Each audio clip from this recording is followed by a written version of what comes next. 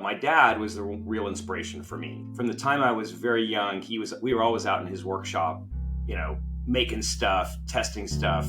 I'm never going to give you a nickel. You need to earn your own way in the world. And so don't expect an inheritance. Don't expect any special treatment. Don't expect anything from me. You got to earn it. My father passed away a year and a half ago, and DocuSign had not gone public by the time he was incoherent. We couldn't celebrate it together, which is always will be a sadness for the rest of my life, certainly, that we couldn't share that together. This was something that was expected from you from day one. I was a thoughtful, high-achieving, aggressive kid. I never stood in awe of the brightest stars in the industry. Even as I got older, these were just people that I knew. How did that feel like for you after having, to go through so many challenges up to that point, to having that phone call? Even as you recalling it right now, it gives me a chill remembering it, because I remember that call like it was yesterday. And yes, it was inbound, not outbound, which was also fascinating. So the storyline there is... Hello, everyone. Hi, Court. Thank you so much for coming to the podcast. Oh, it's great to be here. I'm excited to do it. Before we move into your current state of the journey as a founder, to speak about Founder Nexus and your DocuSign story, let's go back to your early days to understand the concept of your childhood, for us to understand who really Court Lorenzini is. And from what I know so far, you were born into a family of an inventor and an entrepreneur. How did that affect your childhood? Well, it actually goes back even farther than that. My grandfather was a pretty famous engineer, entrepreneur as well. So my father's father. And he spent his career developing solutions for Standard Oil back in the early days of the oil industry in the United States. But my dad was the real inspiration for me. Like, I think he was the one who let me understand that being an entrepreneur not only was a career, but it was a potentially very fulfilling and exciting career, and something that was, I could pursue and make something for myself. And so from the time I was very young, we were always out in his workshop, making stuff, testing stuff. I was a tinkerer, I would say. I loved to build things with my hands.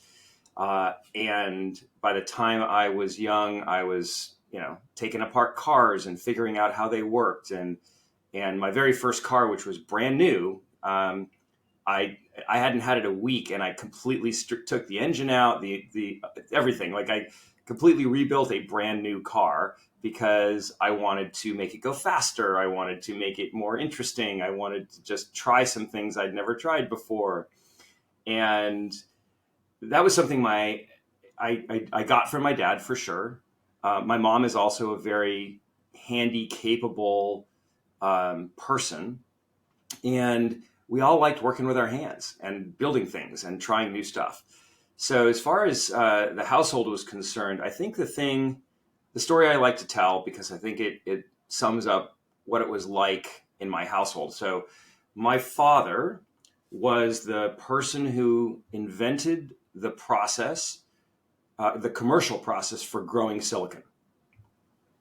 And what that meant was his was the company that supplied all of the raw silicon to what was to become Silicon Valley. And if you look up in the history books, the history of Silicon Valley, there are 8 names that pop up as the fathers or the founders of Silicon Valley. And my dad was one of them. And he's not a name that ever became super famous like a number of them, but his was the base material. His was the thing that they needed to all build semiconductors and test them and understand them. And of course, as a kid, I didn't understand that. I just thought he was my dad. And so what was interesting is that the people that were his friends were the luminaries, the ones that novels and books and things have been written about the founding days of Silicon Valley. I mean, Gordon Moore was a family friend, Bill Hewlett and Dave Packard, and Andy Grove, and no, it's Jim.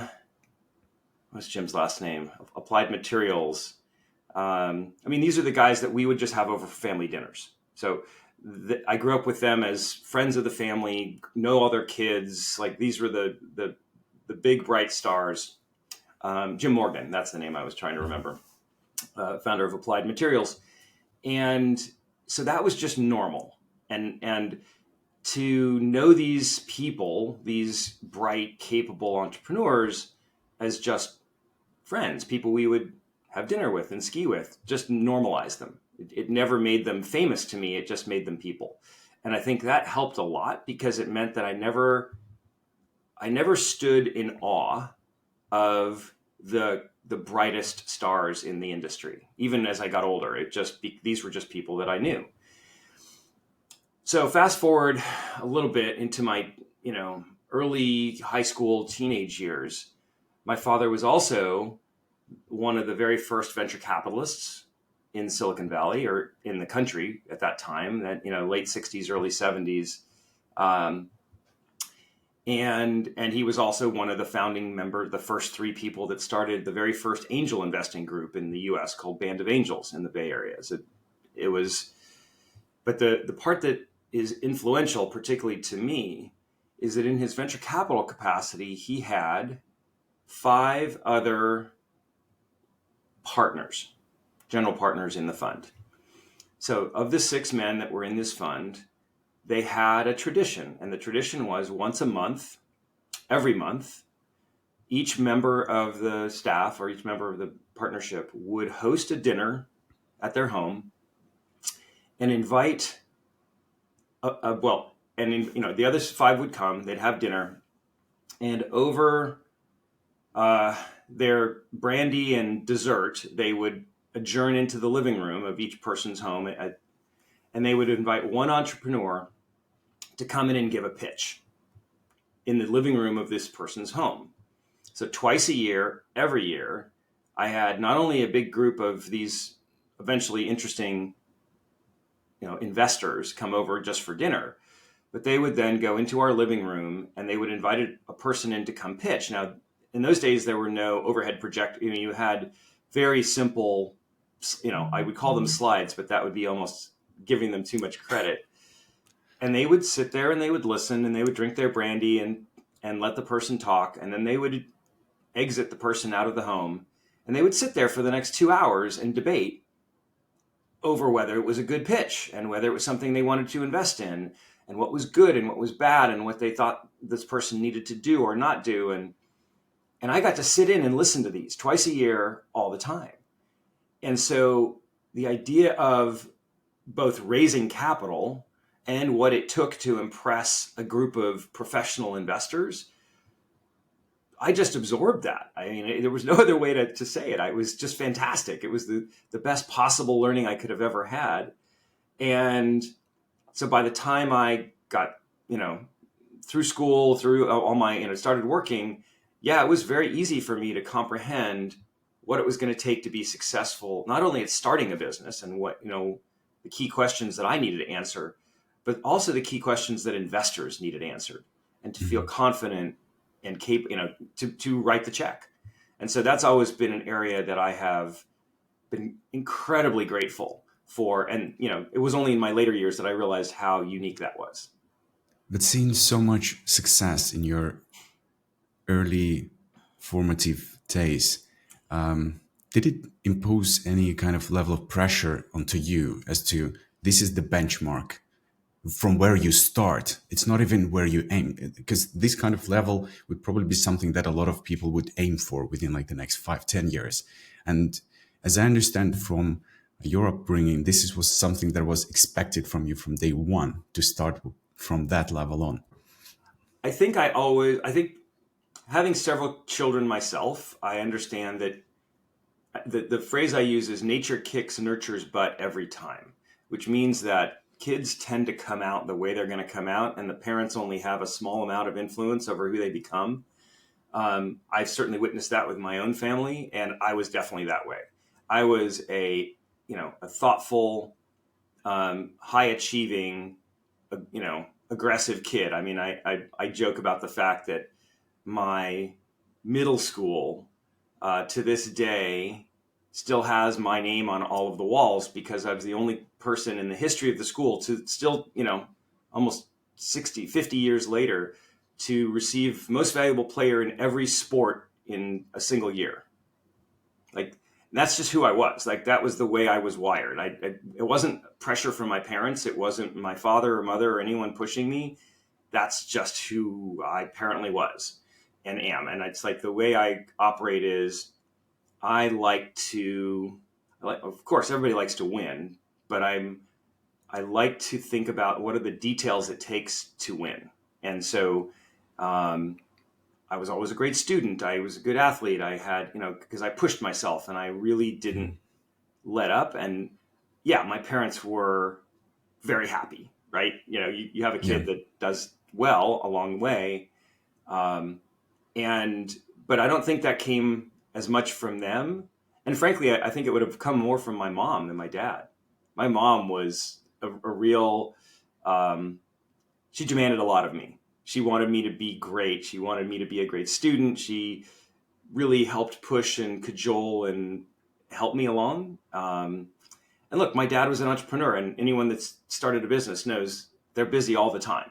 And so he was really busy, and I didn't get a lot of his time or attention, to be honest. And that's okay. It was just the way it was. But yeah, my mom really picked up the slack in that relationship. And as I know, in 1975, your father was running Siltec, and it was one of the first tough periods for the business. It was 1975 and 85, and you were 10 years old. Do you remember how you experienced that perception of a really tough part of the founder's journey, which your father was going through? Actually, that's not the one I remember. The one I remember was actually later. At 10, I don't think I was as aware of his work. Most 10-year-olds I know couldn't tell you what their parents do for a living. I knew what my dad did for a living, but I didn't understand the pressure he was under at the time.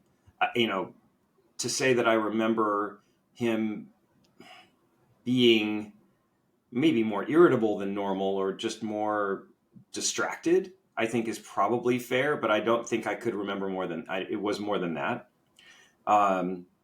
Really, it became more that was in the 70s. In the 80s, there was another big shift in the semiconductor industry. That one I remember much more, directly, because at that point I was closer to 20, and I very much aware, because I was already on my own journey. And in fact, my awareness was heightened even in that cycle, because during the time that I was in college, I was working for his company, and I was, literally my first job for him, janitor. So no nepotism here. My father was a tough cookie. Like, he didn't feel like, hey, this is my son, he gets to have this great job. It's like, you get to come in and clean toilets and scrub floors and paint walls. That's your job. It's like, okay. And it was through that I learned how to just work with people. And so I kind of work each summer as a young person, I would work my way up through opportunities, and new departments would offer me jobs. And it wasn't because of my father. It was because they saw me working and said, hey, this is a hardworking person. I'd like to include them in my team.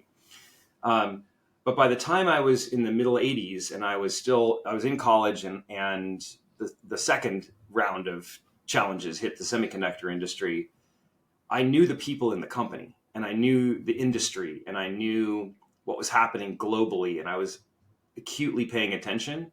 That one was I was a lot more aware of that one. And so by the time he ended up selling Siltec in the later 80s, I could understand why. Yeah. Because my story is a little similar. The first real job I've had was also working for my father's wheat flour mill. But he was nice enough to let me start as a sales. And your story, it really fascinates me because it matches the story of Jensen from NVIDIA, where he started in the company as a janitor as well. It's kind of as a way to really teach your ego to not be at the forefront of your motivation and why you're doing things, and actually go from the point of learning to be humble and actually evaluating your skills and trying to improve as time goes by. And I think to take pride in any form of work, I think that's something that I have always appreciated, that I really can connect with and relate to any job, because I do like working with my hands, and I didn't mind being a janitor for a summer. Like, that wasn't a bad job. It was actually a good job. And I met some really interesting people, and it did give me an opportunity to do something different the next summer. In fact, the next year, the QA department, because then my father's company made equipment for the semiconductor industry. The QA department, because I was in there a lot cleaning up and doing stuff, they're like, hey, do you want to come work for us? And you can do quality control of new parts and tools and things that come in that we get shipped from our suppliers. And I'm like, sure, that sounds like fun. So then that was my next job in the summer. It was like being a QA person, which in turn got me exposed to the engineering team, because I was the person either accepting or rejecting all the parts that they were specifying and having built. And so the third summer was the summer where the engineering team was like, hey, would you like to come work with us? So that was an interesting, fun progression. And by the time I was there, I'd done, I knew a bunch of people. I'd been around almost every department. You can't, when you're picking up their trash, you can't help but meet them a little bit. So was your father ever trying to kind of teach you about every single part of the business so you could take over at some point? Or was it just, no, okay, in fact, come play? Quite the opposite. You talk about sort of work ethic. My father, very early in my life, both me and my sister said, I'm never going to give you a nickel. You need to earn your own way in the world. And so don't expect an inheritance. Don't expect any special treatment. Don't expect anything from me. You got to earn it. And How so did that feel? that was the bar set for me at the very beginning. How did it feel, though? I want to say at the time it was frustrating, if I'm being honest. And over time, I took pride in it. It created a sense of motivation for me to excel on my own. And in fact, my father passed away a year and a half ago, but he had an 11-year bout with Parkinson's and dementia. And DocuSign had not gone public by the time he was incoherent. And so by the time that phase of my life had occurred, he wasn't aware of the success. We couldn't celebrate it together, which is always will be a sadness for the rest of my life, certainly, that we couldn't share that together. But time gives us what it gives us. And so I regret it, but I can't change it. Yeah. I think as a father, he would have loved nothing more than to sit down with you and celebrate. 100%. I mean, that's my point, is that he pushed, that was his form of pushing, was to say, you got to make it on your own. And by the time I actually had reached that point in my life, he just wasn't aware enough to celebrate it with me. And that's just sad. Yeah. And to go back to the time where you were choosing which degree to pursue in university, you went with an engineering degree and 3 masters. What was the main influence? Was that the engineering department telling you, like, Court, you need to get masters in engineering to really become a part of our team? No, it was my own ambition. So at the time, one of the things, this was a practice I started when I was about, 14 years old. At that point I was starting, so I was a freshman in high school, and I started to become aware of the fact that I wanted potentially to run my own business someday, to be an entrepreneur. So, and again, this wasn't something my father was promoting. This was something I was coming to of my own accord. And having always been a tinkerer and always been a person who was very observant of things, I started taking college-bound notebooks, the type you use to take notes, that are just physically bound pieces of, little notebooks. And I would carry one around with me all the time. And in that notebook, day, night, or whenever, I would write observations of things that were interesting to me. could be a product idea, or the way, if I was at work, I was observing how a manager handled a particular employee or technical situation.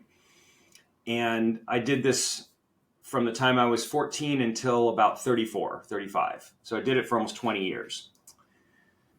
Okay, so what was that about? That was, at the time, it was just me reminding myself of, or just creating little notes of, hey, this is this thing you thought was interesting. What it became over time, though, was really quite fascinating. And to answer your question about starting a business and choosing my major, because I like to build things, because I like to tinker, and because I like to invent, I was always as I said, in my dad's shop, creating or inventing new things. This notebook was very instrumental. It would help me think through ideas. I'd draw in it. I'd write in it. I would do all sorts of things. It wasn't a journal. So some people journal. This was not a journal. This was an observational experience of my observational experience of the world. So and then I got into this habit where every about 6 or 8 months, I'd go back and I'd read every journal entry from the start of when I was age 14 to current. And what that did was turned out to be really interesting. It allowed me to take concepts that I had maybe scratched the surface of at a younger age, put them together with a few things over time, and then really come into bloom in the current moment when I had a deeper understanding of those subjects or other things that were surrounding them. And so that's why I continued it for 20 years, because as I was looking at these old ideas, new ways of how to manage people, how to build a company, what to do, what not to do, how to fire people, how to hire people, how to do it right, how to do it wrong. Like, all of these things were in this journal. So choosing my major was more about the fact that I like to build and explore and and create stuff. And I started college overly ambitious, I will say. I was, again, I'm a pusher. Like, I like to push. So I literally tried to start my freshman and sophomore year as a double major in electrical and mechanical engineering, which I quickly learned at the end of my sophomore year was basically impossible, because the prerequisites for both of them were quite different. And there was no good way for me to manage my schedule. Maybe I could have done it if I'd decided to take 5 or 6 years of undergraduate. So at that point, I dropped my electrical engineering major, made it a minor, and actually shifted it to computer science, because at that time computers were really starting to take off. This was in the early 80s, and focused on my mechanical engineering, and then with a real emphasis on the computer side. And since I'd done most of the electrical engineering prerequisites, I pretty much understood a lot of the principles there as well. So I had a pretty well-rounded undergraduate experience. So my major was mechanical, my minor was computer science, and I kind of had a certificate, if you will, in electrical. I was like, okay, well, now I'm kind of off to the races now. I really love engineering. I want to learn more. And how old were you when you graduated? 21, just before my 22nd birthday. Okay. So then you went into 9 years of working and trying yourself out in different fields until 1996, where you finally decided, okay, this is the time I want to build something. How did that happen? How did you make the switch? So, okay, recall the notebooks. This was all quite important, in fact, because the first job I had out of school was working for a different semiconductor equipment company called KLA Instruments, who, after I left my dad's company, in college, I went to work for them. And they hired me out of college, and I got some incredible opportunities there. And so, as a young person, even at the age of 25, so I was 3 years out of school, I had done multiple jobs for KLA, and they gave me pretty much an unprecedented opportunity, which was they wanted to open up an office in what was to become the European Union. Right. So 1995, we're right around the time of the Berlin Wall coming down, and all of that has just happened. And they had a small office in a town called Coburg, Germany, which was a border town between East and West Germany, a border crossing town, I should emphasize. And they had a little tiny operation there that was doing service of their equipment in Europe and the Middle East. And they wanted to turn it into a full scale. They wanted to take advantage of what they perceived was the emergence of the European Union as an economic center. And so they sent me over there to start a full service sales, operations, engineering, and manufacturing operation. So I lived in Germany on the former border for 9 months, trying to figure out if the people that were in that service op were the right people. Ultimately, one guy decided to come with us. I also was touring all over Europe, trying to figure out where to put this new facility. Interestingly, ended up in Switzerland, of all places, which didn't join the EU until much, much later, but was very centrally located, had a very favorable economic development program. And interestingly, because of the watchmaking industry in Switzerland, a large amount of highly technically skilled manufacturing workers. So anyway, all through this, I was doing that job. I lived and worked in Europe, and then we moved to Switzerland for a couple of years. And I was basically running this operation. So it was me and two other guys. I was in charge of engineering and sales, which is an odd combination, but it's just because I was good at selling. And I had a colleague who was in charge of production and a colleague who was in charge of finance. And that was our team. That was our executive team of this operation. And it really taught me the hard lessons. Actually, I learned a ton of hard lessons. I made a ton of mistakes doing that. And honestly, invaluable experience. But again, that notebook came in handy because I could make mistakes, write them down, revisit them, and get better. And so, and can you actually share some of those mistakes? Because I believe it's important to, like, the mistakes are the parts of our journey that really are the milestones that shape us. Maybe you can share some of those mistakes and what did they teach you, which helped you in the future? Well, I wish I could say they taught me. Well, no, I think the combination of mistakes, often when I was leading people in the beginning, I made a classic assumption of a young, upstart, smart manager, perhaps, in that it's like I got to tell people what to do. And that was the exact wrong thing to do. Like I made that mistake again and again and again. And it took a while, multiple iterations for me to figure out that I needed to be a better listener and not such a good talker. And I needed to let them tell me what needed to be done and then create an environment where they could be successful rather than saying, I need this completed and it needs to be done by X or in this way.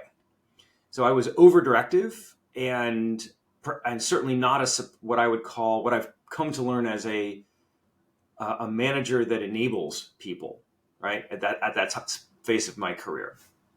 And so I learned I took a lot of lumps for that. I got, bad reviews. I got, hit, a lot of friction with my employees, no surprise.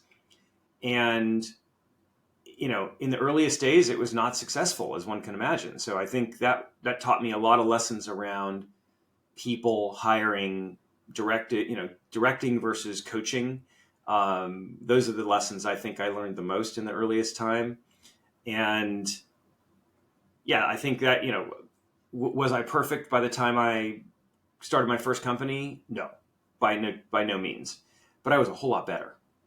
Right. And it seemed like you really took control over your ego during that transformation period, because whenever a founder starts, for example, a first managerial position or first company, they like to think of themselves, I know better. And they're creating the company and hiring people to make them feel better, make them feel important, to feed their ego. And after a while, after a lot of failures, I think you start understanding, okay, this is not getting anywhere. I don't care about ego anymore. Just get the stuff done. And then this kind of routes the transformation towards efficiency and learning rather than, oh, I'm the best, I know the best, I know better than others. And it seemed like you went through that fairly quickly. Yeah, yes, I would say that's true. And I think every person who becomes a leader of people has to go through some evolution like that. And everyone develops a style. So what that led to was a style for me that was much more collaborative, which was much more based on listening and encouraging and empowering people. That was what the manager I became out of that. Different people would go through the same experience and become more authoritarian, more dictatorial, more controlling. Like they're different.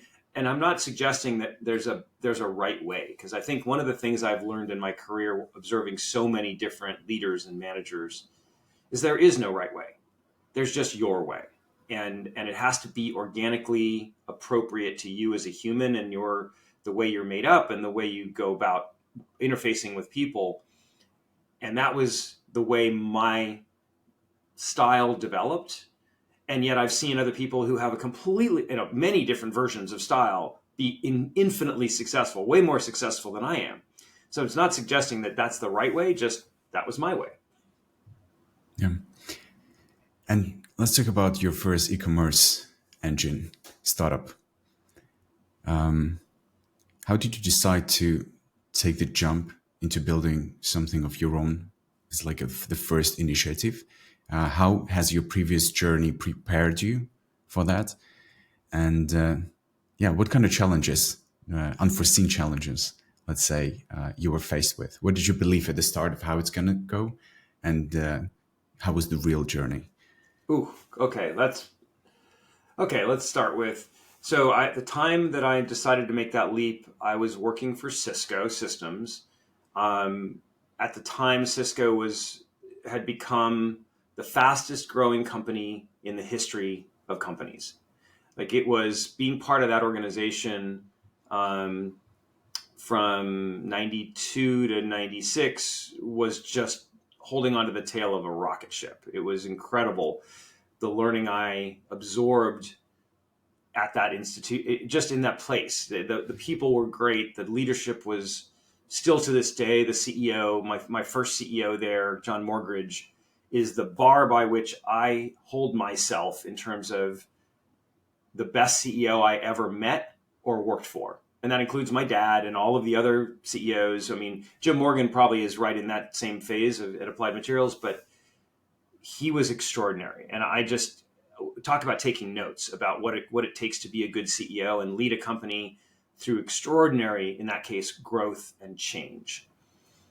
That also meant that I had to keep up as a manager. Like I was a director level employee at that time, but I was exposed weekly to the executive briefing center to come in and give briefings to their biggest clients all over the globe, and talking to the executives and leaders of these other companies about what Cisco was building and producing, because my job was I was running all the software development for Cisco across all of its various platforms. So I had a very influential role. And in terms of building, prioritizing, and delivering product to real customers at scale, right? At insane scale, in fact. And that taught me a lot about how to interface with those people, how to sell at a high level, how to convince, how to organize a team. The number of engineers I was overseeing was well over 1,000 engineers at the time.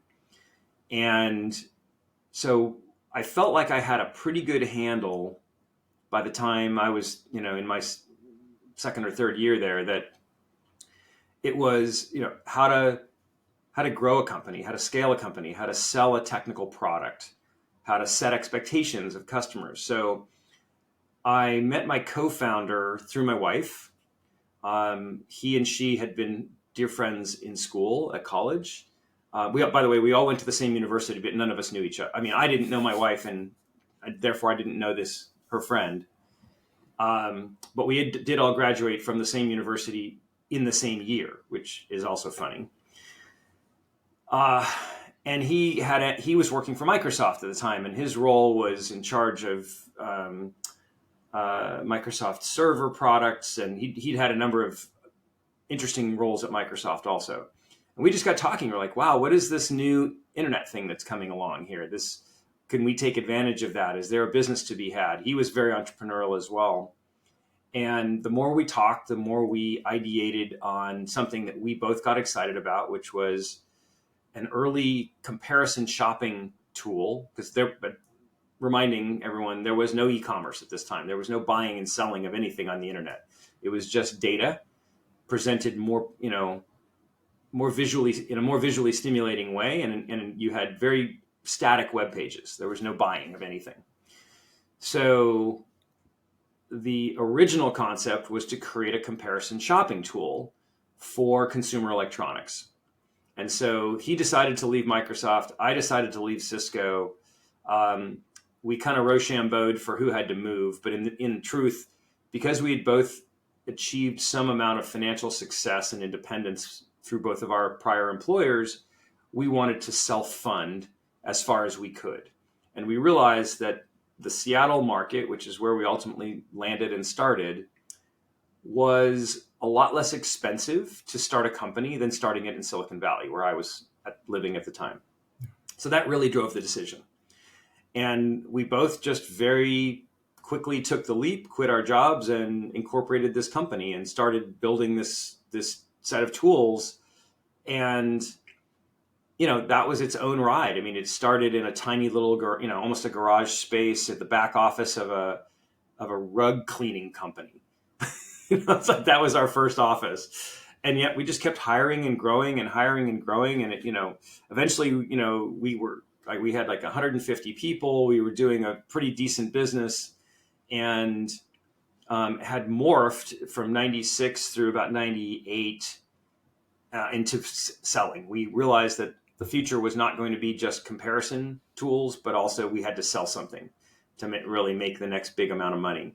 And so we took on the role of disaggregating and building the very first e-commerce engine for mobile phones and service. And that was sort of our big breakthrough. And that ultimately led, we grew that business quite healthily. We ended up selling it a couple of years later to another company that kept it going for a number of years. In fact, I think they just retired the brand like 2 years ago. So it was almost 25, 30 years later that they finally retired the brand that they bought from us in 2001. Oh, wow. Did you ever feel like you should have just kept going and entering the selling the books industry as well? No, to maybe give competition to Jeff. So, obviously Jeff Bezos has been much more successful than I have, but he and I started at basically the same time. And so he was starting Amazon when I was starting Point.com, and we got to know each other a little bit in the early days. There was a period of time where Amazon was courting us to buy the comparison tool that we were building, because they were just at the time selling books and then videos. They didn't have anything that could at scale sell an electronic product, for example. Yeah. So the engine that we built for comparison shopping was something that was very attractive to them. We did some early licensing, but it didn't end up in an acquisition, obviously. But the company that did acquire us was, wanted to compete specifically in the area of mobile phones and service. So they took it and ran with it. And ultimately the other thing that happened in that business is that the tool we built for comparison shopping was good enough that it became the de facto engine behind Verizon and AT&T's sites. So they actually licensed that technology from us in the early days. And the other thing they licensed, which was just an interesting piece of history, back in the early days of mobile phones, every local market was its own unique entity in the United States, meaning a national brand like Verizon or AT&T did not know or even control what was happening in every market in the United States that was operating under their name. They were basically like local franchises where the people that would buy the use of the name, but they didn't have to report anything other than financial up to the mothership. What this meant was those companies had no visibility or control or access to the way their services were being sold in each market. Because we wanted to be able to sell phones in every market, we ended up having to build a system that understood, documented, and managed the data around every cell phone plan at every level in every market. Okay, so what did that actually mean? It meant that we had this incredibly unique asset, because by the time the carriers themselves wanted to start selling mobile direct to consumer, they actually had to license their own data from us, because we were the only player in the whole country that had the entire national footprint of every provider in every market, every plan, every phone. And so they paid us a handsome licensing fee to basically buy their own data from us. Yeah. And I'm starting to see the engineering background that you've had come into play with all of the different startups. So let's fast forward a little bit. Before 2003, after selling the point.com, you've tried VC investing for some time. Then you've realized that it's not as fun as running your own startup. And in 2003, you've had Tom reach out to you, telling you, I have this, I'm selling this company and it has a lot of these items like domain name, the IP technology. Do you think we can put something together? Can you tell me a little about this starting point of the journey? Yeah, so this is the origin story of DocuSign. Tom Gonser, my co-founder at DocuSign, had worked for me in point.com, the e-commerce company. He had left and gone to start his own business, and years had gone by, and his business, he had given up the CEO role to someone else. He was now on the board, and in the meantime, his company had acquired the assets of a failed venture in Seattle called DocuTouch. It's the name of the company that they bought. That company had spectacularly failed, spent a lot of money, done nothing of substance.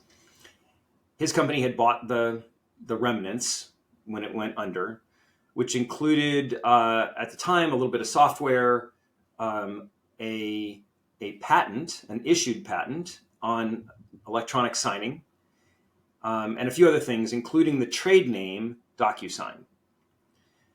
Tom approached me, said, hey, my board wants to sell this asset. I think there's something here. I think we could create this really interesting document management company from these assets. Would be fun to do it, run it back together. So we sat down and talked about it, and ultimately ideated that the concept of a big document management company was not the right way to go, but that this one patent and this one name were, at least for me, very interesting.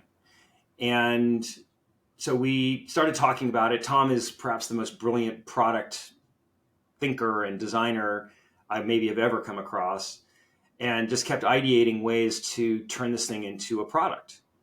And that was the birth of the DocuSign concept. So what ended up happening is, because Tom was already on the board of his company, I purchased the assets, the software, the names, and the trade names and the patent, in the name of a company that had not yet been formed.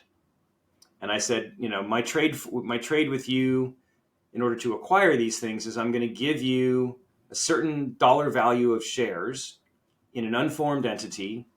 You're going to give me the IP and the patents and this stuff, and I will lose the right to maintain it if I don't raise enough money to turn it into a real company. So that was sort of the trade-off.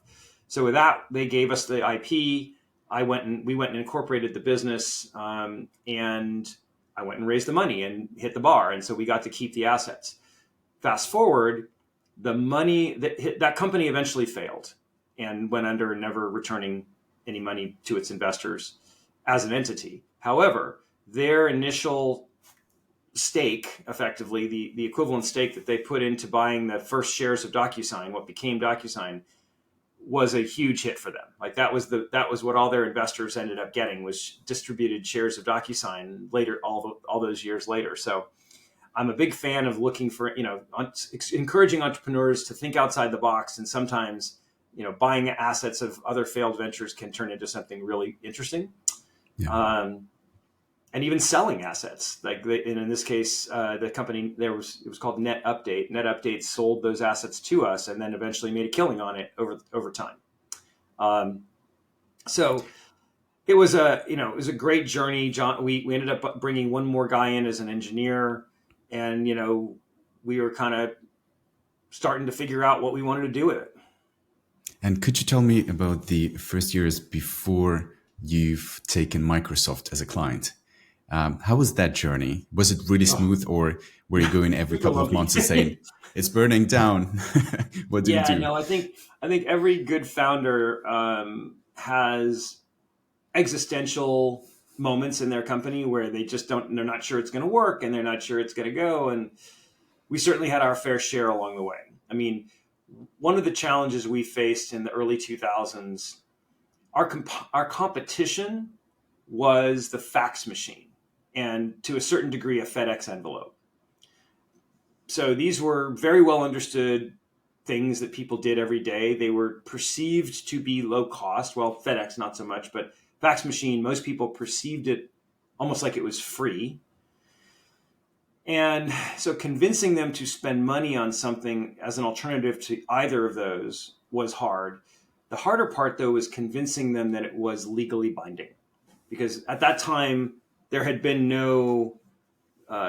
nothing similar to what we were doing that was, demonstrated as stable, legally defensible.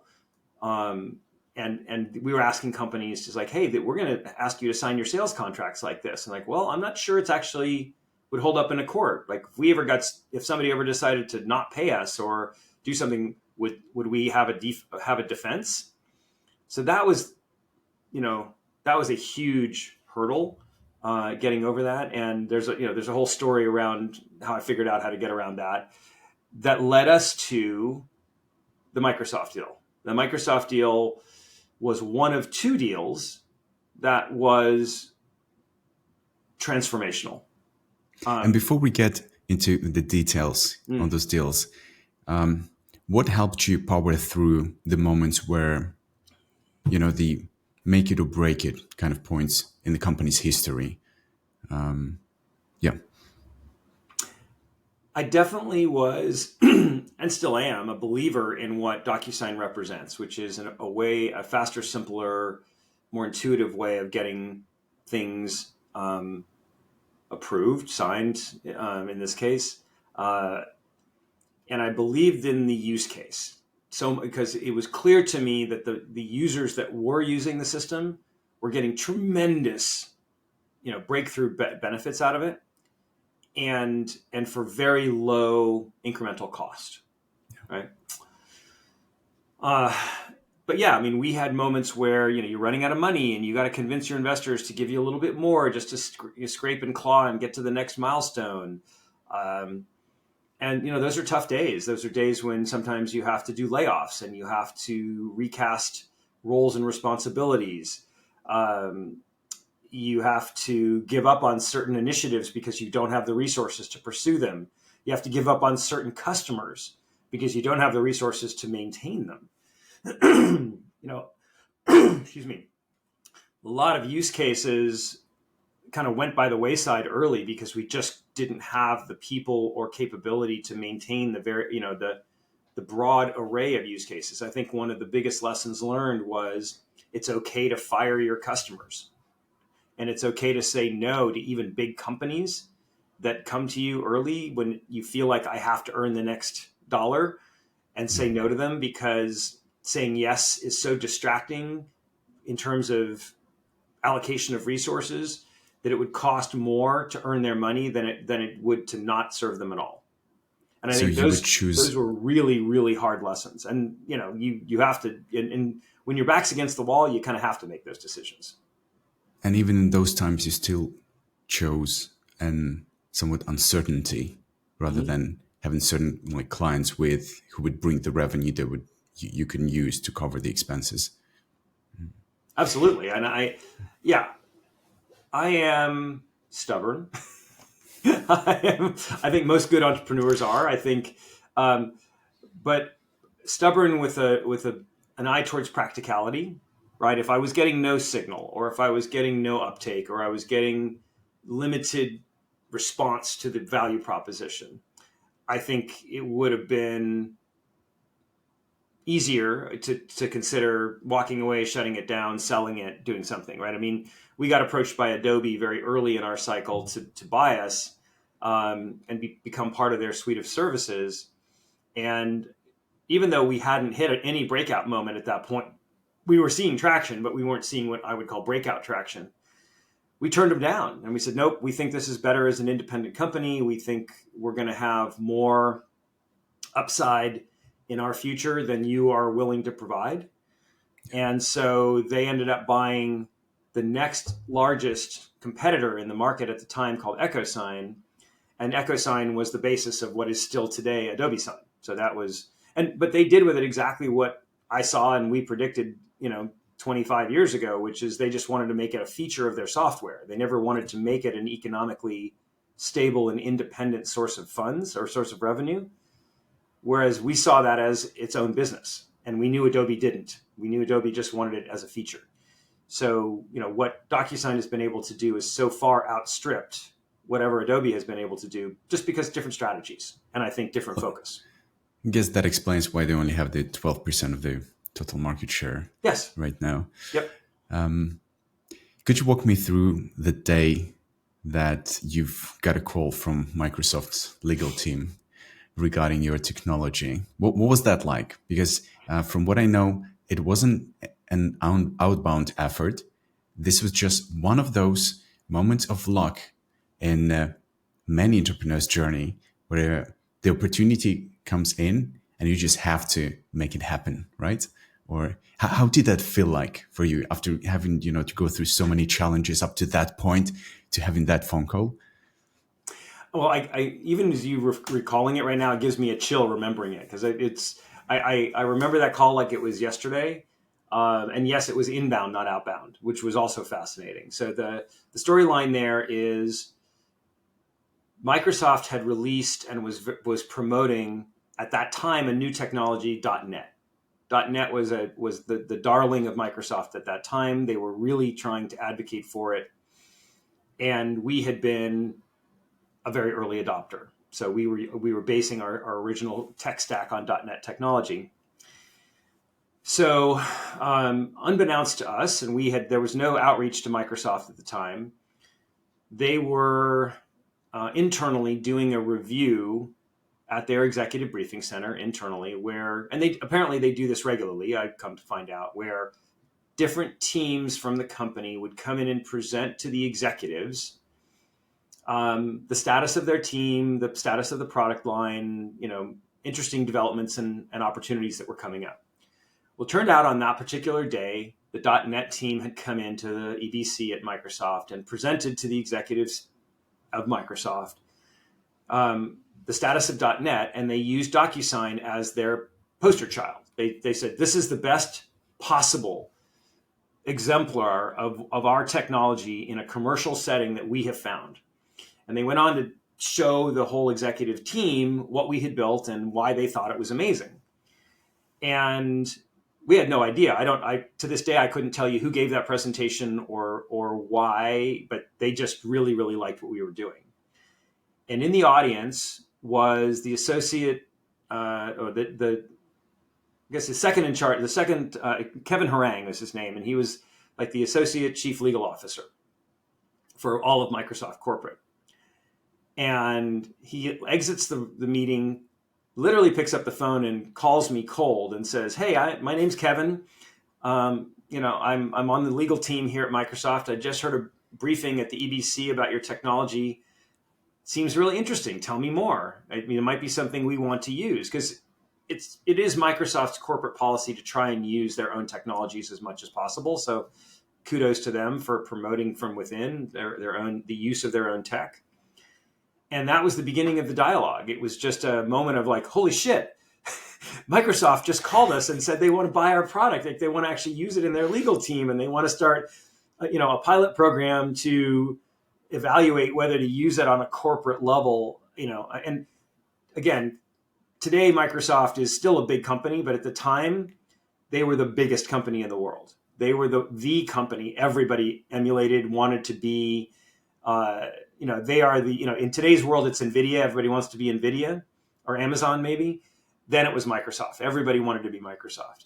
And so for them to say, we bless this, we acknowledge that this is not only legally binding, but something we want to use on a global basis to manage our sales contracts, our internal communications, our HR, was transformational.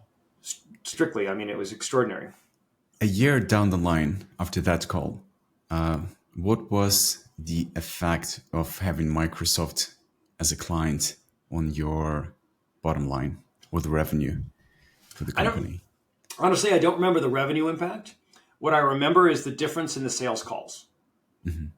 So prior to the Microsoft acknowledgement, if you will, or acceptance of the technology, we had to fight with every legal officer in every company at every turn as to whether or not what we were doing was legally defensible, and whether or not they could bet their business upon it, right? And because that's really what we were asking them effectively to do.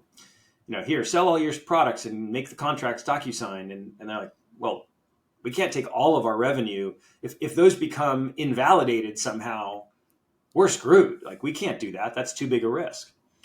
Once Microsoft accepted, adopted, and then was willing to help us be a reference customer, that conversation completely changed. I mean, we went from fighting everybody to being like, oh, Microsoft's doing it? Shit. Okay, I guess we can do it. Like, the questions generally stopped, and the tenor of the conversation stopped becoming a conversation around, is this legal and defensible, to how do we implement? What's the stack? Do you have all the tools we need to actually put this into our production environment? And how quickly can you integrate with all of the other back office tools that we already use to make this thing a cohesive solution? But I guess it was the point in time where the company kind of started turning from being a startup, kind of a romantic starting point of business, towards something more foundational with processes, systems, and the point where stage 2 kind of company where you have to scale, which is probably a thing not many startup founders enjoy the most. How did that feel for you, having to, it turned into a more stressful kind of everyday doing similar things, building structure kind of business? I will correct you and say that wasn't the moment when that happened. So that was the Microsoft deal, I would say, was a incredibly important, i.e. critical unlock for us in terms of removing a barrier to adoption. Okay. It was not the thing that by its nature took us to what you're describing as, true product market fit and growth mode. That actually happened quite a ways later. So it was not immediate at all. It was many years later, actually. Okay. Microsoft helped get us through the legal door, which was an essential one. There was a couple of other things we did that helped it with that. The next other transformational deal was with the National Association of Realtors, who had a piece of software that they distributed to all of the 3 million realtors in the United States. And they agreed to embed DocuSign in their tool and make it globally available or nationally available to their 3 million users. And that was the next, most important thing that happened, because that not only meant that we had immediate access to a large number of users in a very important transaction.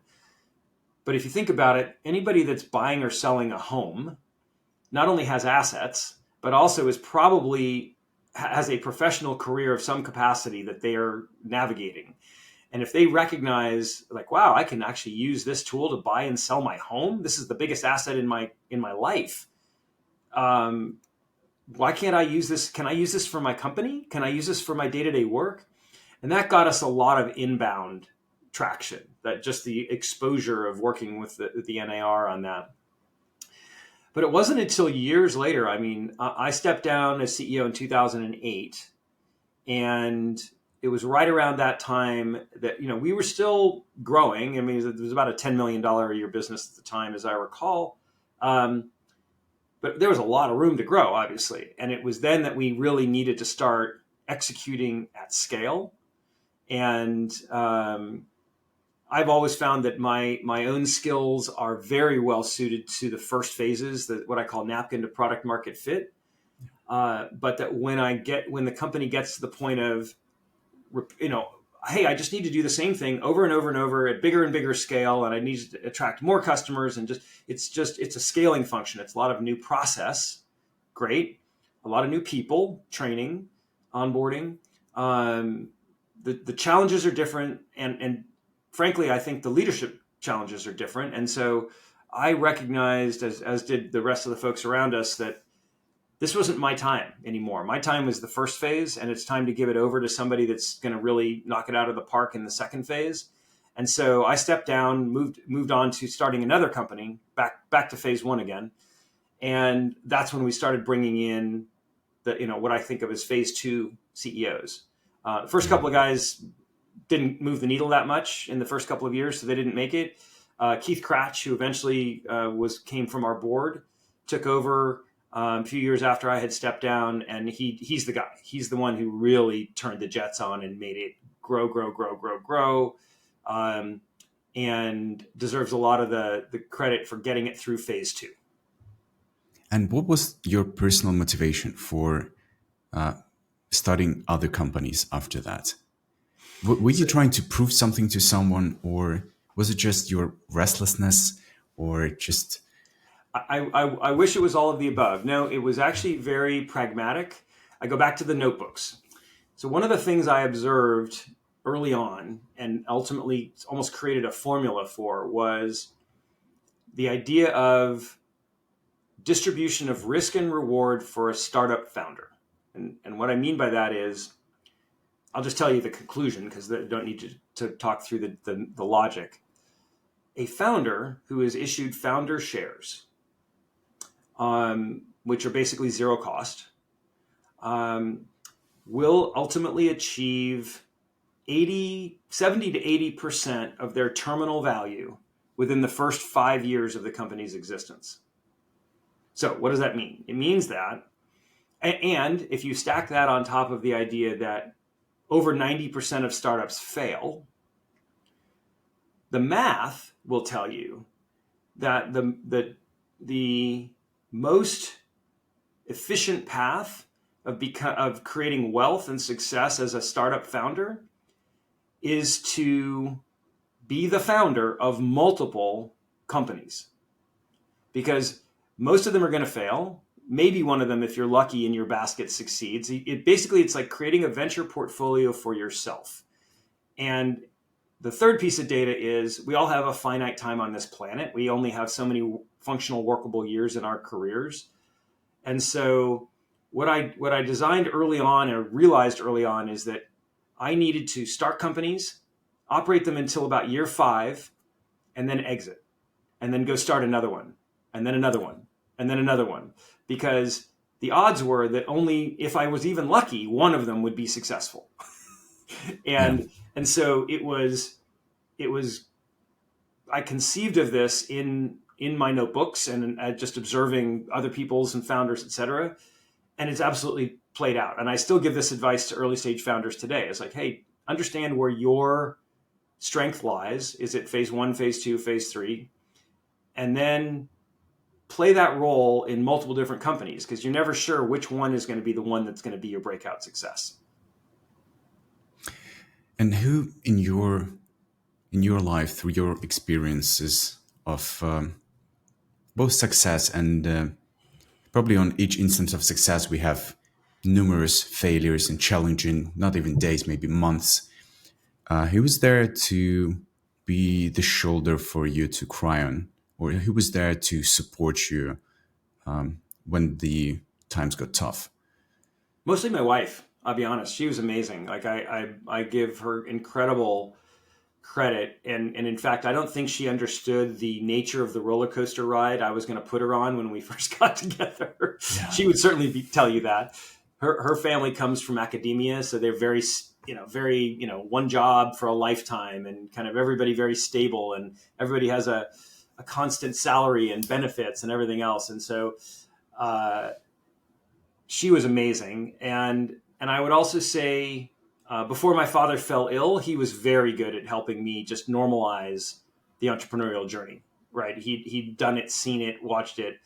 And through his friends, like I look back at guys like Jim Morgan, like Ken Levy, Ross Brown. These are all sort of luminary leaders in the Valley at the time who had just become my friends. Like these were men that and I could call on them routinely, and get their experience and guidance. And it was just transformational. I wish I'd had more. And honestly, that was the thing that, we talk about what I'm doing now with Founder Nexus. That's why I started Founder Nexus, is that I realized that the founder's journey is hard, lonely, and pretty much doomed to fail for the most case. And finding people who can empathize and give real experiential guidance is very hard to do on your own, right? It's just hard to do. So what I do now in my life is very much an offshoot or a result of all those early days and not having enough support. As what I like to think is each of us has to play the best game on the cards that they've been dealt. And a lot of the founders, they don't get that much of surrounding of community of people who are willing to share their experience, listen to their stories of failures and show that support. And some of those aspects you were getting from the VC group your father ran through their communication between each other. What would having a group like Founder Nexus, a business community like that mean for you during your first ventures?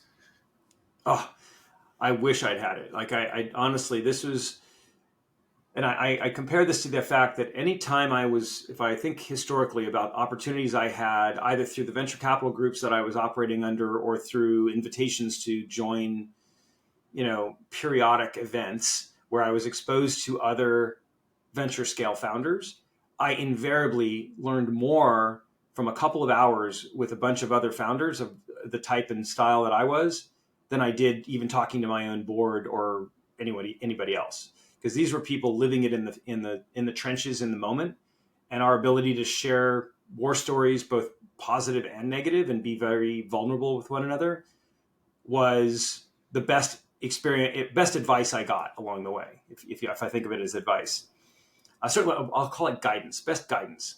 I was able to assimilate more from those conversations than I was from most of my board meetings, even though I had great board members for the most part. So it taught me that the conversation that founders can have with one another, if they're willing to come to the table and be vulnerable, can mean the difference between success and failure. And as we say that entrepreneurship, being a founder, is a very lonely journey. But with business communities like Founder Nexus, it doesn't really have to be. Is there something within founders which is stopping them from actually coming together with? Maybe it's the sense of, it's not always rainbows and flowers. Usually it's like going through storms, and maybe your ego is telling you it's not safe enough to show yourself and show your failures in front of the others who, this image that we portray on social media of success, we only put posts out when, we've hit some sort of milestone. And maybe, what do you think? Why don't people come together as groups and stop the loneliness of the journey? It's hard. Many layers to that, I will say. Number one, every founder I know is running around with their hair on fire constantly, putting out, dealing with stuff. They're trying to juggle the incredible pressure of running a startup with a family life if they have one, friends and just having a life. It's hard to have a life as a founder, to be honest.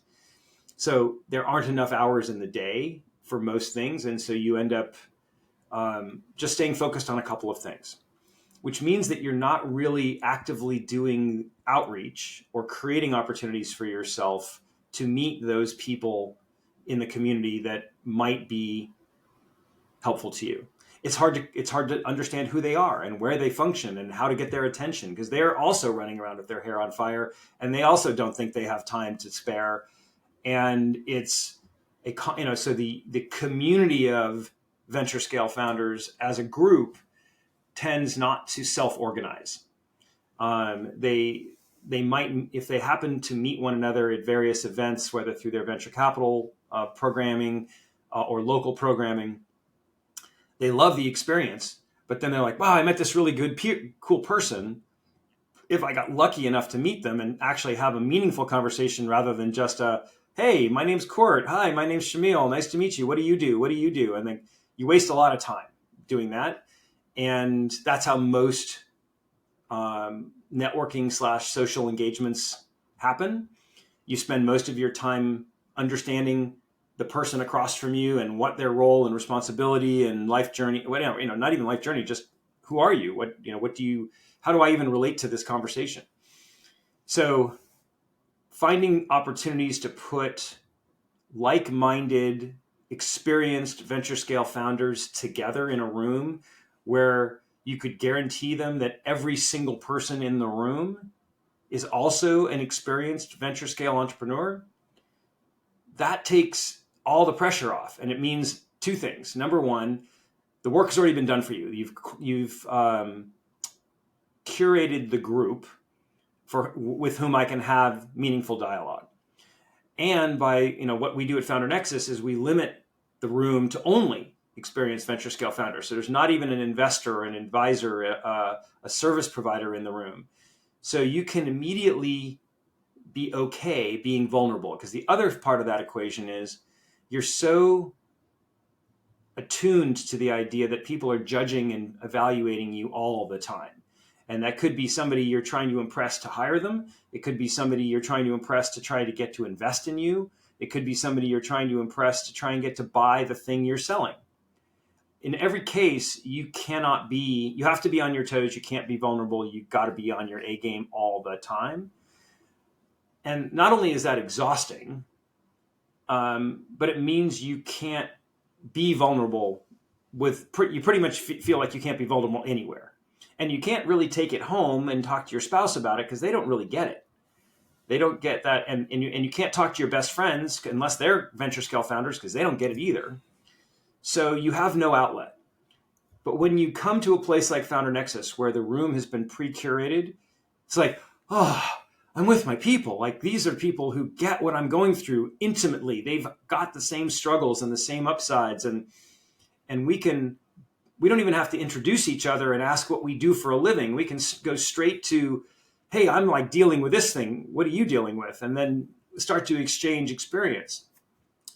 It's just like this breath of fresh air moment where you can just learn a ton from your peers and colleagues and be vulnerable, but also express, let that sense of, hey, this is a hard journey and we're all in it. We're kind of all doing it at the same time. I wouldn't say we're in it together, but we're definitely doing it at the same time. And let's just level set. Let's just understand that this is freaking hard. And each of these steps is, fraught with potential failure or having a negative impact. So I love the community that we are building with Founder Nexus because it gives these founders that moment of peace and calm and support and vulnerability, which they can't have in any other context. Yeah. As a founder, I feel like this is something that my soul is seeking all the time, and a place which is really hard to find, where you can really be vulnerable and trust the people to share and learn, to find your tribe. If you could envision a world 10 years from now, with what you are trying to put into it to achieve with Founder Nexus, how would that world look like? Okay, that's a good one, because that's really the founding story behind Founder Nexus, which is 10 years-ish or more from now, two things I'd like to be true. Number one, I'd like to be able to statistically demonstrate that the founders who came through this program, or it's not even a program, who were members of Founder Nexus, had a higher degree of success statistically than the non-participatory founders. So there's lots, the National Venture Capital Association, there are tons of data sources that talk about success and failure rates and their averages across the board. I believe wholeheartedly that any founder that's going to participate in Founder Nexus as an active member is going to have demonstrably higher odds of success. And I think the stats will prove that out a decade or more from now. So I'm confident, highly confident in that. That's the first order. The second order is I am observing, again, I think I look at the world and the world's economy, and I think, okay, founders are the engine of the world's economy, fundamentally. They create all the value. And yet our capital markets are very skewed to a small number of cities and geographies in the world, which then as a result has a distortion effect on the world economy by sucking most of the economic success into those small number of geographies, and thereby draining all the other locales in the world at the expense. So I don't think that's right. I think the world can and should, if with the right set of motivations and tools, be more balanced than that. So the other thing I'd like to see true is that we have more venture scale success stories outside the Power 20 geographies of the world than we've had through the current year. So if we look at, we're 2025 now, we can see what the economic benefits of being in one of the top 20 venture-based cities is and has been. 20 years from now, maybe not 10, but maybe 20 years from now, I would like Founder Nexus to have been one of the catalysts to suggest that those successes are starting to happen in geographies that are non-traditional winners, and that we start to see more leveling of the economic playing field globally, not just in certain countries, but all over the world. And we start to see wins there, which mean that those communities start to have more employment, better economic outcomes, better opportunities for their local residents, and for their local, governments, and et cetera. So I think that to me would be the second order, scorecard I'd like to help influence. Yeah. And lastly, I cannot miss the opportunity to talk to you about the field of artificial intelligence and how that affects your view, because something starting with your family, something your father created, the main process for silicon wafers, which later became the processors, which then allowed us to discover the artificial intelligence through the GPTs and neural nets. Now this seems to be transforming the whole landscape for many industries. And the way you view it, is artificial intelligence going to enable entrepreneurship, or is it going to take over a lot of the entrepreneurship potential? As a founder, as a venture capitalist, what is your view on the impact of AI on the world? So I take an historic view, and the historic view is this. Through the course of human history, every time we as a society of humans have created something that is has a major impact to productivity. Okay? Electricity, light, steam engines, semiconductors, you name it, anything that's been the internet. The transformative nature of each of these technologies has historically always done two things: It has destroyed some jobs or has had some destructive effect in certain areas, but it has also been a major accelerant to employment, economic, and sustainable growth, for every community across the planet. And I see nothing different about AI. AI is going to be another transformational technology that will have a negative impact on certain jobs and certain roles. As a very minor sidebar impact, major to the people who are impacted, I don't want to diminish that. But once a company starts to use AI, they will not, historically speaking, reduce the number of humans they employ. They will accelerate because they have bigger business, bigger opportunities, bigger markets, bigger things. And that means more people get jobs, more people get interesting opportunities, more economic growth and development for their region, country, world, what have you. So I see nothing but productivity upside and employment upside and economic upside to the advent of AI. And I understand why it's scary to people. It has characteristics that are frightening, particularly if it's misused, right? That you can certainly consider bad actor circumstances, but every technology has that capacity, and AI is not different. So I'm not fearful. I am optimistic. I'm loving the positive energy with which you view the future. And I think that's something that is important for founders to have in order to take the jump, take the leap towards starting something with an uncertainty of the future, while thinking that everything will work out. Well, thank you so much for sharing your time, sharing your story, and providing all of these lessons for me and for anyone who's going to listen to this podcast. It was an absolute honor, and thank you so much for taking the time. Hey, Shamil, it's great. I love talking to you, man. It's awesome. And thank you so much for the opportunity to do this. It's always fun.